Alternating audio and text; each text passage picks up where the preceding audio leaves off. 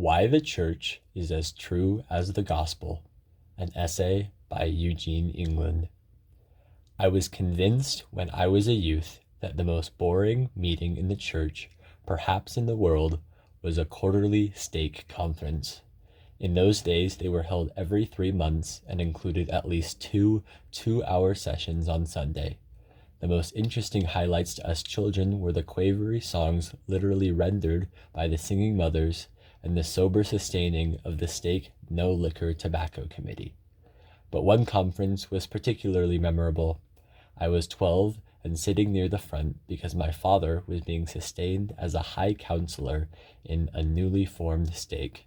I had just turned around in my seat to tease my sister, who was sitting behind me, when I felt something vaguely familiar burning at the center of my heart and bones, and then almost physically turning me around to look at the transfigured face of the Apostle Harold B. Lee, the visiting authority. He had suddenly interrupted his prepared sermon and was giving the new stake an apostolic blessing, and I became aware, for a second and confirming time in my life, of the presence of the Holy Ghost and the special witness of Jesus Christ. How many boring stake conferences would I attend to be even once in the presence of such grace? Thousands, all there are. That pearl is without price. And because I have since learned better what to look for and find there, not doctrinal revelation so much as understanding of and experience with the members of the church, the conferences are no longer boring. Thus, one of the earliest and most important pillars of my faith came not through some great insight into the gospel, but through an experience I could have only had because I was doing my duty in the church, however immaturely. Yet one cliche Mormons often repeat is that while the gospel is true, even perfect, the church is, after all, a human instrument, history-bound and therefore understandably imperfect, something to be endured for the sake of the gospel. Nevertheless, I am persuaded by experiences like that one at a stake conference and by my best thinking that in fact the church is as true and effective, as sure an instrument of salvation as the system of doctrines we call the gospel, and that is so in good part because of the very flaws, human exasperations, and historical problems that occasionally give us all some anguish. I know that those who use the cliche about the gospel being more true than the church want the term gospel to mean a perfect system of revealed commandments based in principles that infallibly express the human laws of the universe. But even revelation is, in fact, merely the best understanding the Lord can give us of those things. As God himself has clearly insisted that understanding is far from perfect, he reminds us in the first section of the Doctrine and Covenants, "Behold, I am God, and have spoken it.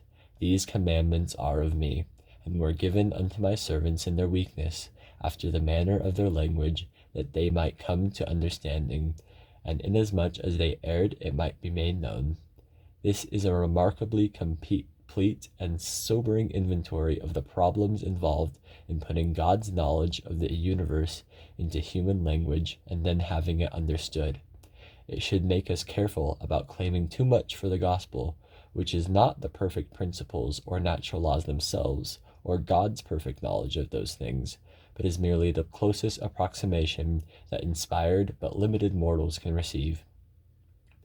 Even after a revelation is received and expressed by a prophet, it has to be understood, taught, translated into other languages, and expressed in programs, manuals, sermons, and essays. In a word, interpreted.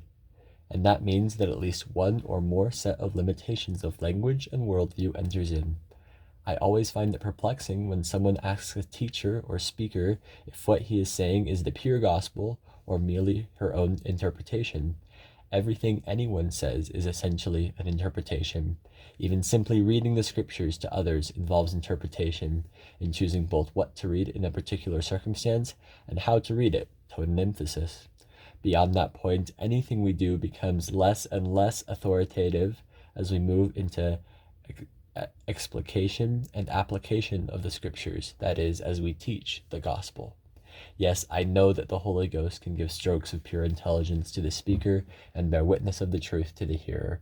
I have experienced both of these lovely, reassuring gifts, but gifts which guarantee the overall guidance of the church in the way the Lord intends and provide guidance, often of a remarkably clear nature to individuals, still do not override individuality and agency. They are not exempt from the limitations of human language and moral perception that the Lord describes in the passage quoted above, and thus they cannot impose universal acceptance and understanding. This problem is compounded by the fundamentally paradoxical nature of the universe itself, and thus of the true laws and principles that the gospel uses to describe the universe. Lehi's law, "it must needs be that there is an opposition of all things," is perhaps the most provocative and profound statement of abstract theology in the scriptures, because it presumes to describe what is most ultimate in the universe, even beyond God. In context, it clearly suggests that not only is contradiction and opposition a natural pan of human experience, something God uses for his redemptive purposes, but also that opposition is at the very heart of things. It is intrinsic to the two most fundamental realities, intelligence and matter, what Lehi calls things to act and things to be acted upon. According to Lehi, opposition provides the universe with energy and meaning, even makes possible the existence of God and everything else. Without it, all things must have vanished away. We all know from experience the consequences for mortal life of this fundamental, eternal truth about reality.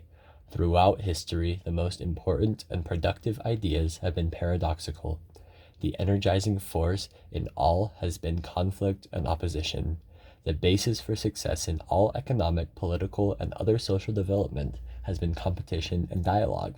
Think of the U.S. federal system of checks and balances and a two-party political system, which together make pluralistic democracy possible, or of romanticism and classicism, reason and emotion, freedom and order, individual and community, men and women, whose differences make eternal increase possible, justice and mercy, whose opposition makes our redemption through the atonement or at-one-ment possible.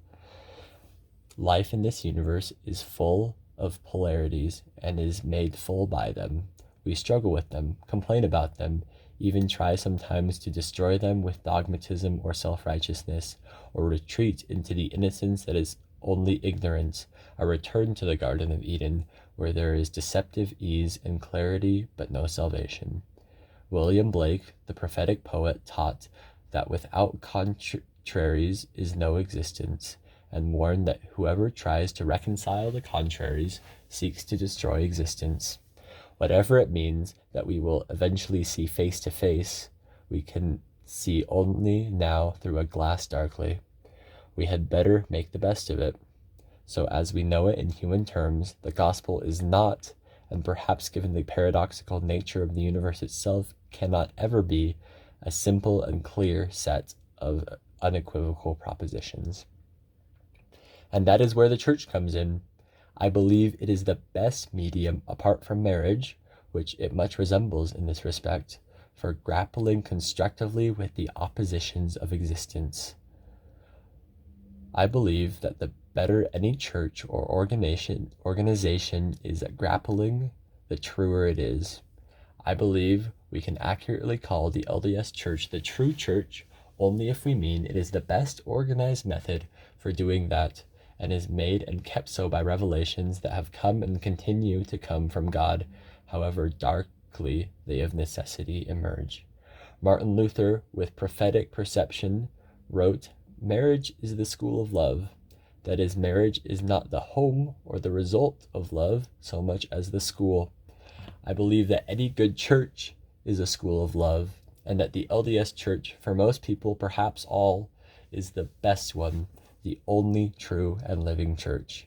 Not because its doctrines teach and embody some of the great and central paradoxes, but more important, because the church provides the best context for struggling with, working through, enduring, and being redeemed by those paradoxes and oppositions that give energy and meaning to the universe. Just before his death, Joseph Smith, also with prophetic perception, wrote, "By proving contraries, truth is made manifest." By prove, he meant not only to demonstrate logically, but to test, to struggle with, to work out in practical experience. The church is as true, as effective as the gospel, because it involves us directly in proving contraries, working constructively with the oppositions within ourselves, and especially between people, struggling with paradoxes and polarities and at an experiential level that can redeem us. The church is true because it is concrete, not theoretical, in all its contradictions and problems. It is at least as productive of good as is the gospel. Why oppositions in the church are productive.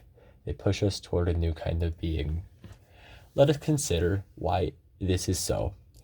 In the life of the true church, there are constant opportunities for all to serve, especially to learn to serve people we would not normally choose to serve or possibly even associate with, and thus opportunities to learn to love unconditionally. There is constant encouragement, even pressure to be active, to have a calling, and thus to have to grapple with relationships and management, with other people's ideas and wishes, their feelings and failures, to attend classes and meetings, and to have to listen to other people's sometimes misinformed and prejudiced notions, and to have to make some constructive response, to have leaders, and occasionally to be hurt by their weakness and blindness, even unrighteous dominion, and then to be made a leader, and to find that you too, with all the best intentions, can be weak and blind and unrighteous. Church involvement teaches us compassion and patience, as well as courage and discipline. It makes us responsible for the personal and marital, physical and spiritual welfare of people we may not already love, or may even heartily dislike, and thus we learn to love them. It stretches and challenges us, though disappointed and exasperated in ways we would not otherwise choose to be, and thus gives us a chance to be made better than we might choose to be, but ultimately need and want to be. Michael Novak, the lay Catholic theologian, has made the same point concerning marriage. In a remarkable essay published in April 1976 Harper's, he reviewed the increasing inclination of modern intellectuals to resist, desert, and even to attack marriage, arguing that the main reason the family, which has traditionally been the bulwark of economic and emotional security, is currently out of favor, is that many modern opinion makers are unwilling to take the risks and subject themselves to the disciplines that the school of marriage requires. But he then points out how such fears, though justified, keep them from meeting their own greatest needs. Similarly, I believe that those who resist, desert, and attack the church often fail from a simple lack of perspective to see their own best interest. As you read this passage from Novak, substitute the church for marriage. For audio purposes, I will read this quote twice, once with marriage, once with church. Marriage is an assault upon the lonely atomic ego. Marriage is a threat to the solitary individual. Marriage does impose grueling, humbling, baffling, and frustrating responsibilities. Yet if one supposes that precisely such things are the preconditions for all true liberation, marriage is not the enemy of moral development in adults. Quite the opposite.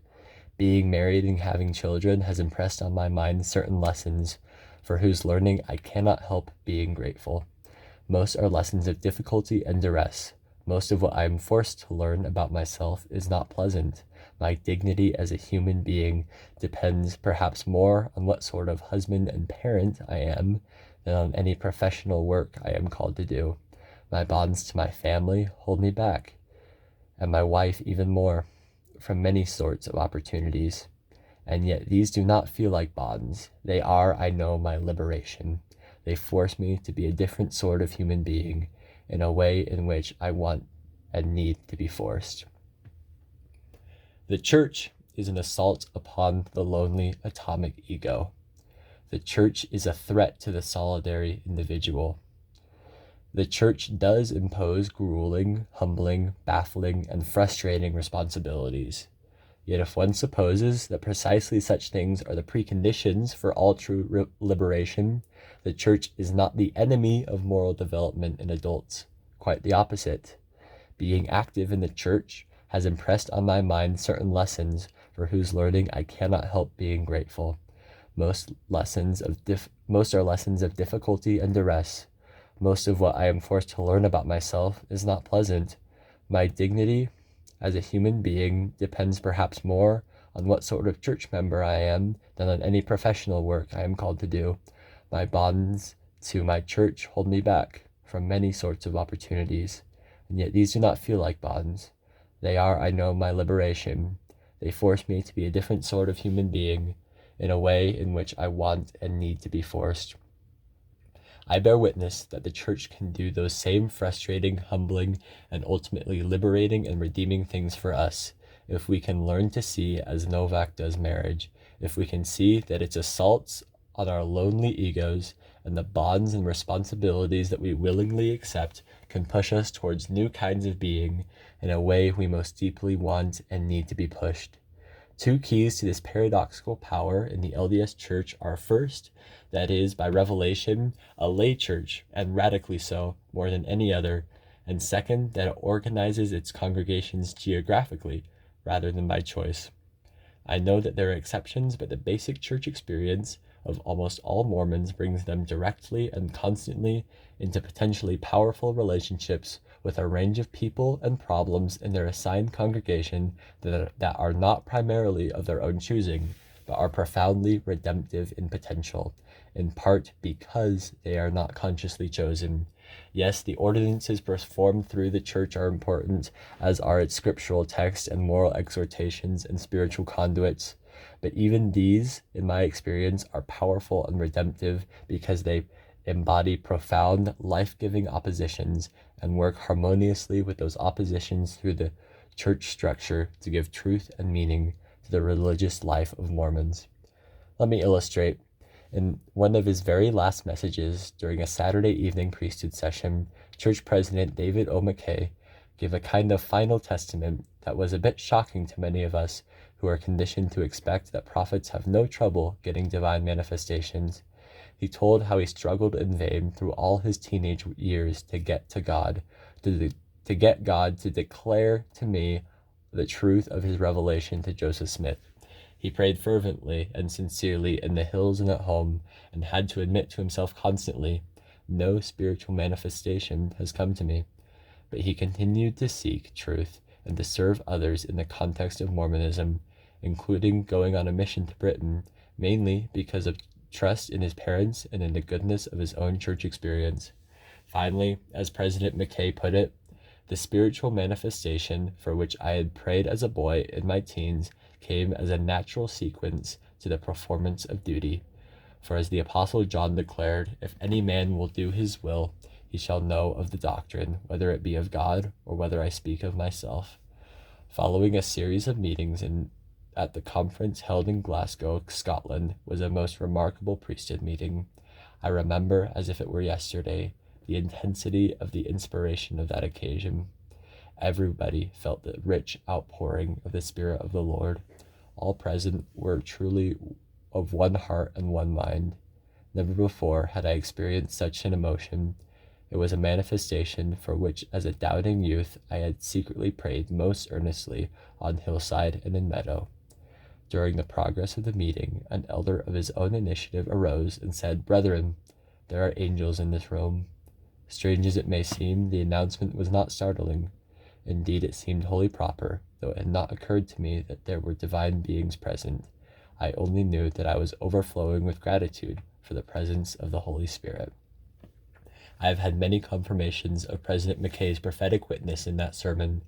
Most of my profound spiritual manifestations, those that have provided the rock-bottom convictions I have about the reality of God and Christ and their divine work, as well as my troubling, soul-searching moral struggles and the great human issues of personal integrity versus public responsibility, loyalty to self versus loyalty to community, redemptive freedom versus redemptive structure, all of these come, as President McKay affirms, as a natural sequence to the performance of duty in the church. I know God has been found by unusual people in unusual places, in a sudden vision in a grove or orchard or grotto, on a mountain or in a closet, through the saintly service to African lepers or to Calcutta untouchables. But for most of us, most of the time, I am convinced he can be found most surely in the natural sequence to the performance of duties he has given us that all of us, not just the unusual, can perform in our own homes and neighborhoods, and that the church in its unique community, imposed as well as chosen, can best teach and empower us to perform. I have come to an overwhelming witness of the divinity of the Book of Mormon, such that the Spirit moves me even to tears whenever I read any part of it, and I came there by teaching it at church. I am convinced that the book provides the most comprehensive Christology, or doctrine of how Christ saves us from sin, available to us on earth, and that the internal evidence for the divinity of the book entirely overwhelmed the evidences and arguments against it, however troubling.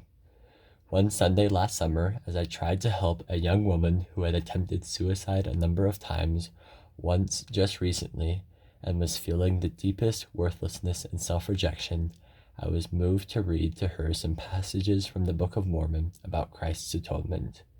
As I read those passages to that desperate young woman and bore witness of their truth and power in my own lives of despair and sin, her lips began to tremble with new feelings, and tears of hope formed in place of those of anguish. In moments such as these, I was able, through my calling as a bishop, to apply the atoning blood of Christ, not in theory, but in the truth of experience. In addition, I have come to know the ministering of angels, as I have done my duty in temple attendance and have gone whenever possible to temple dedications. And I have found that we mortals do indeed have the power to bless our oxen and cars as well as people, because as a branch president, I was pushed to the limits of my faith by my sense of responsibility to my branch. Before I was branch president, I served in the bishopric of the Stanford Ward in the mid-1960s and taught religion at the Institute to bright young students. At the same time, I was doing graduate work in English literature and was trying to come to terms intellectually with modern skepticism and relativism and the moral dilemmas of the civil rights and anti-war movement, as well as the educational revolutions of the time. I tended to see religion very much in terms of large moral and philosophical issues that the church did or did not speak to. In 1970, I accepted a position as Dean of Academic Affairs at St. Olaf, a Lutheran liberal arts college in the small town of Northfield, Minnesota, and within a week of arriving was called as president of the Little Mormon branch in that area. I suddenly entered an entirely different world, one that tested me severely and taught me much about what religion is. At Stanford, much of my religious life had been involved with understanding and defending the gospel, and had been idealistic, abstract, and critical. In Northfield, as branch president for 20 families scattered over 75 miles, ranging from Utah-born hardcore inactives with devastating marital problems to bright-eyed converts with no jobs or with drunken fathers who beat them, as I soon became involved in a religious life that was practical, specific, sacrificial, exasperating, and more satisfying.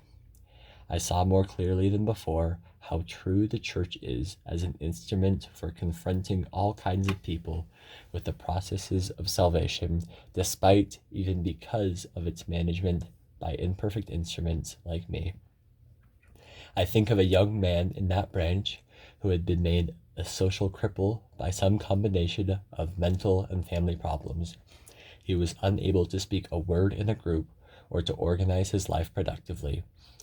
As we gave him increasing responsibilities in our branch, supported him with much love and patience while he struggled to work with others and express himself, I was able to see him grow into a fine leader and confident husband and father. I think of a woman whose husband made her life a hell of drunken abuse, but who patiently took care of him, worked all week to support her family, and came to church each Sunday in drab but jaunty finery and with uncomplaining determination. She found there, with our help, a little hope, some beauty and idealism and strength not only to endure, but to go on loving what was unlovable. The church blessed us all by bringing us together. During the 5 years I served, there were among those 70 to 100 members perhaps 2 or 3 whom I would normally have chosen for friends, and with whom I could have easily shared my most impassioned and important political and religious concerns and views, the ones that had so exercised me at Stanford. With inspiration far beyond my own usual less than good sense, I did not begin my tenure as branch president by preaching about my ideas or promoting my crusades. I tried hard to see what the immediate problems and concerns of my flock were, and to be a good pastor, one who fed and protected them. And a remarkable thing happened. I traveled hundreds of miles and spent many hours helping a couple who had hurt each other into absolute silence learn to talk to each other again, guiding a student through drug withdrawal, teaching an autocratic military man to work cooperatively with his counselors in the Elders Quorum presidency, blessing a terribly sick baby aided by its father who was weak in faith and frightened, comforting at a hospital at 4 a.m. parents whose son had just been killed by his brother driving drunk, and then helping the brother forgive himself. And after 6 months, I found that my branch members, initially properly suspicious of an intellectual from California, had come to feel in their bones that from their direct experience, that indeed my faith and devotion to them was stronger than the cords of death. And the result promised in Doctrine and Covenants 121:44-46 followed.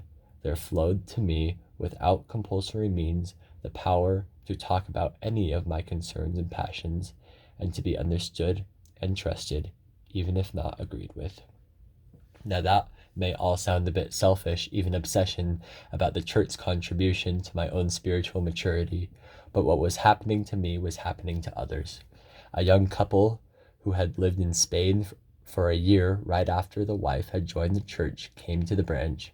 Their church experience, especially hers, had been essentially gospel-oriented, deeply felt and idealistic, but abstract, involving very little service to others.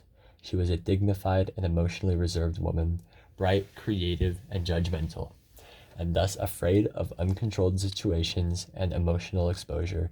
The husband was meticulous, intimidating, and somewhat aloof. I called them, despite their resistance, into positions of increasing responsibility and direct involvement with people in the branch, and I saw them, with some pain and tears, develop into powerfully open, empathetic, vulnerable people, able to understand, serve, learn from, and be trusted by people very different from themselves.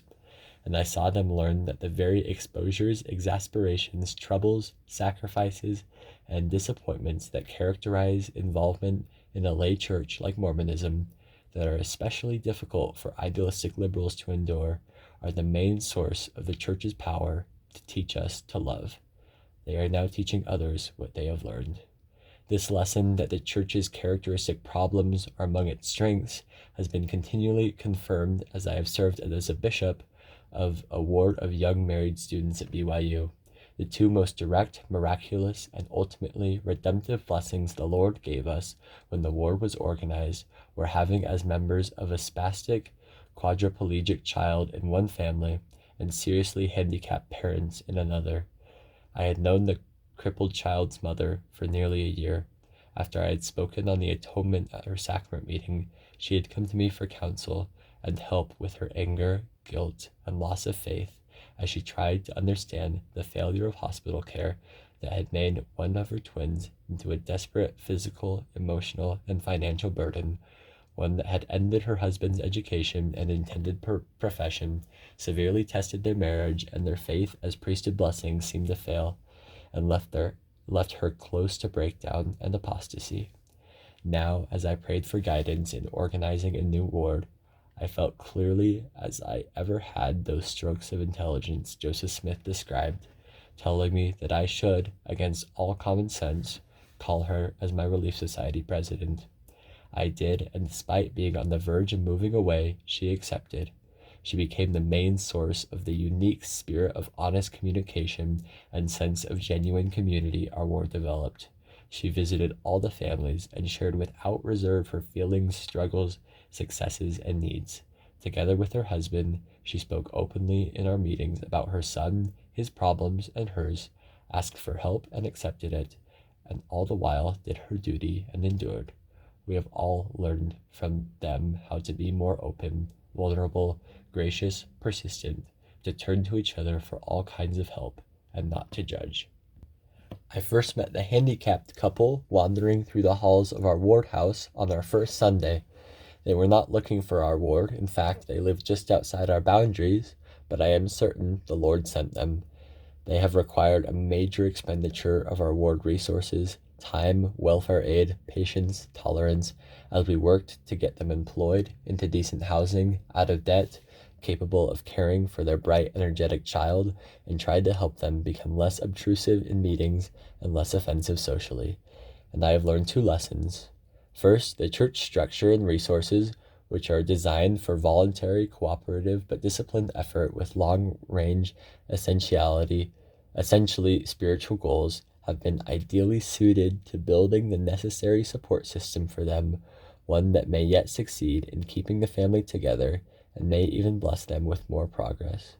Second, the blessings have come to the ward as much as to them, as they have learned to expand greatly our ideas about acceptable behavior, and especially our own capacities to love and serve and learn from people we would otherwise never know.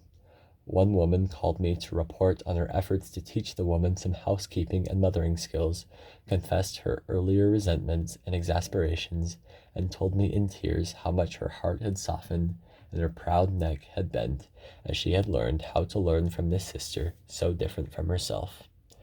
These are examples, I believe, of what Paul was talking about in 1 Corinthians 12, the great chapter on spiritual gifts, where he teaches that all the parts of the body of Christ, the church, are needed for their separate gifts, and in fact, that those less honorable and uncomely gifts are more needed and more in need of attention and honor, because the world will automatically honor and use the others. It is in the church especially that those with the gifts of vulnerability, pain, handicap, need, ignorance, intellectual arrogance, social pride, even prejudice and sin, those Paul calls the members that seem to be more feeble, can be accepted, learned from, helped, and made part of the body, so that together we can all be blessed. It is there that those of us with the more comely and world-honored gifts of riches and intelligence can learn what we most need, to serve and love and patiently learn from those with other gifts. But it is very hard for the rich and wise to do. That is why those who have those dangerous gifts tend to misunderstand and sometimes disparage the church, which after all is made up of the common and unclean, the middle class, middle brow, politically unsophisticated, even prejudiced average members. And we all know how exasperating they can be. I am convinced that in the exasperation lies our salvation, if we can let the context that most brings it out, the church, also be our school for unconditional love. But that requires a change of perspective, one I will now summarize. The church is as true, perhaps truer than the gospel, because it is where all can find fruitful opposition, where it is its revealed nature and inspired direction maintained in opposition between liberal and conservative values, between faith and doubt, secure authority and frightening freedom, individual integrity and public responsibility, and thus where there will be misery as well as holiness, bad as well as good. And if we cannot stand the misery and the struggle, if we would prefer that the church be smooth and perfect and unchallenging, rather than as it is, full of nagging human diversity and constant insistence that we perform ordinances and obey instructions and take seriously teachings that embody logically irresolvable paradoxes, if we refuse to lose ourselves wholeheartedly in such a school, then we will never know the redeeming truth of the church. It is precisely in the struggle to be obedient while maintaining integrity, to have faith while being true to reason and evidence, to serve and love in the face of imperfections and even offenses, that we can gain the humility we need to allow divine power to enter our lives in transforming ways.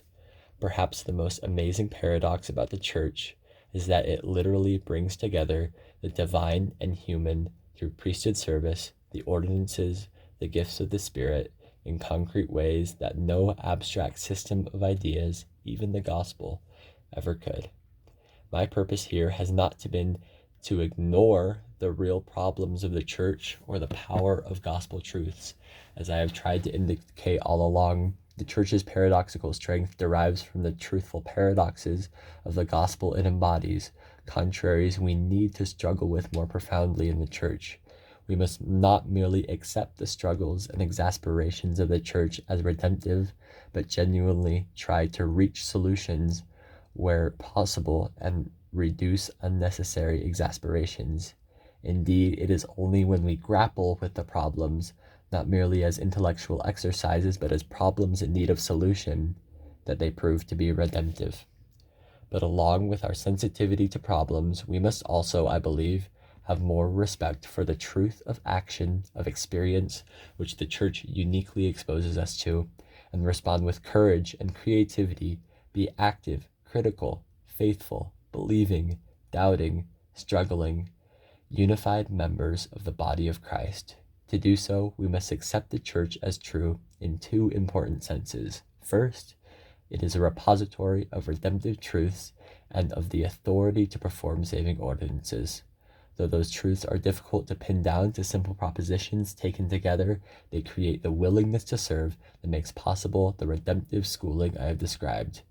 The Mormon concept of a non-absolute progressing God, for instance, though not reducible to a creed or even systematic theology, is the most reasonable, emotionally challenging, but satisfying ever revealed or devised. And even though that concept is not universally understood in the same way, it remains true. As a thoughtful friend once remarked to me, that the idea of eternal progression is so ingrained in church experience that no statement or even series of statements can root it out.